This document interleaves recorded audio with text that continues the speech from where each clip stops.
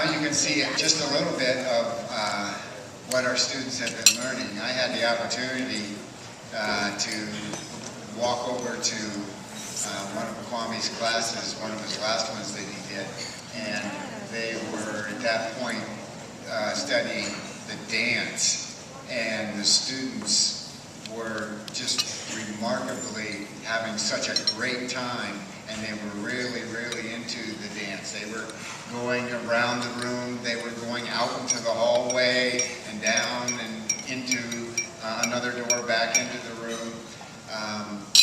And Kwame has explained the meaning behind the dance and the music. So I too want to encourage you to talk to your children and ask them about that particular class and what they have learned. Tying directly into the university's strategic plan and the need to develop a sense of giving, our participants, we have built in a service learning project each summer, and I would like to call on Ms. Cerenna Sealy to come forward and talk about this year's project.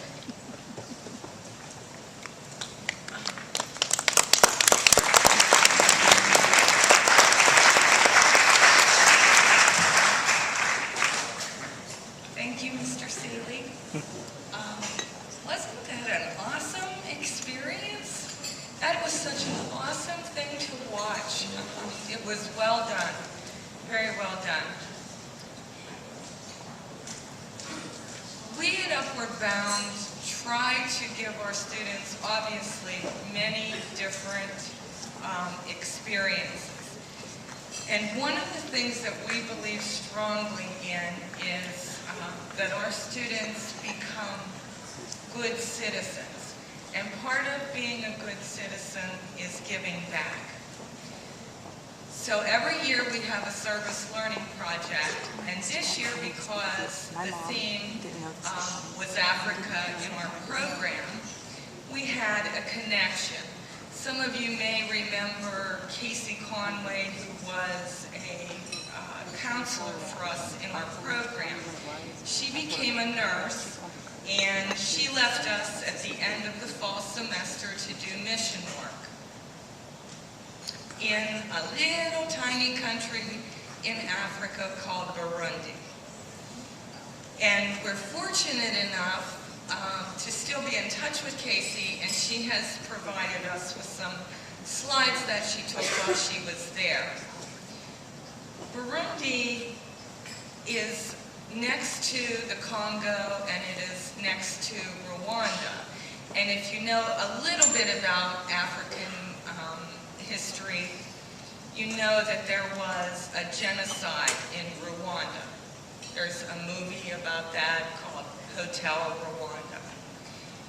Well, the same thing happened in Burundi, but they just didn't make a movie about it. Consequently, about half of the people in Burundi are under the age of 15. They also have very limited medical supplies, as Casey informed us when she went there. Many children have very high fevers and consequently become deaf because of these fevers. Now, I'm a mother myself, and I'm a grandmother of 6, and I know that personally that there is not a mother or father in this room that hasn't held a sick infant to their breast in the middle of the night and worried. The difference is that we can hop in the car and run to Walmart, the 24/7 Walgreens, and get Tylenol. And that is very, very different in Burundi. That looks very different. This is directly from Ms. Conway, and this is an example of her mobile medical clinic. This is a picture of Ms. Conway in Bujumbura, which is the capital of Burundi, and she is at a pharmacy buying medicine. And you can buy a lot of medicine with $1 US. This is an example of an exam room that she was using when she was there. As you can see, it's very different than what we are accustomed to, and oftentimes we forget how very, very lucky we are. I had a bridge student last summer say, we may not have much, but we can give something. This is how they were distributing medication, and it was in a shoe bag where they had all their medications listed. The cool thing about this is that we have a connection, and our students have a connection to Ms. Conway, and she assures us that 100% of the funds that we raised would go for what we recommended, which was medicine. There is no middleman, no middle person, there is no administration that's going to siphon off medication, or I'm sorry, siphon off money.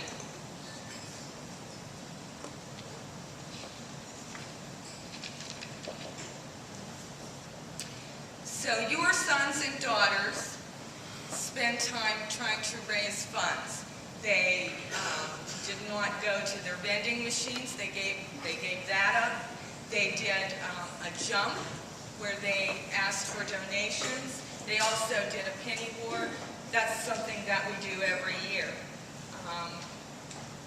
And we're continuing to raise money until Sunday. So at the end of the banquet, should you be so inclined to donate, we will have 2 of our bridge students in the back of the room.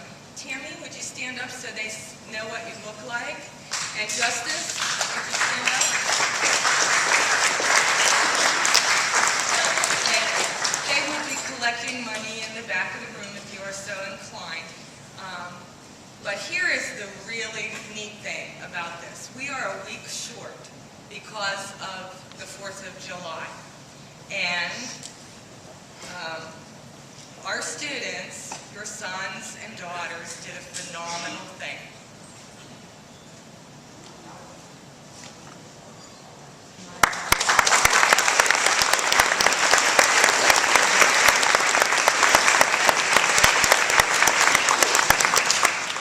So again, in the words of last year's bridge, we may not have a lot, but we can give something.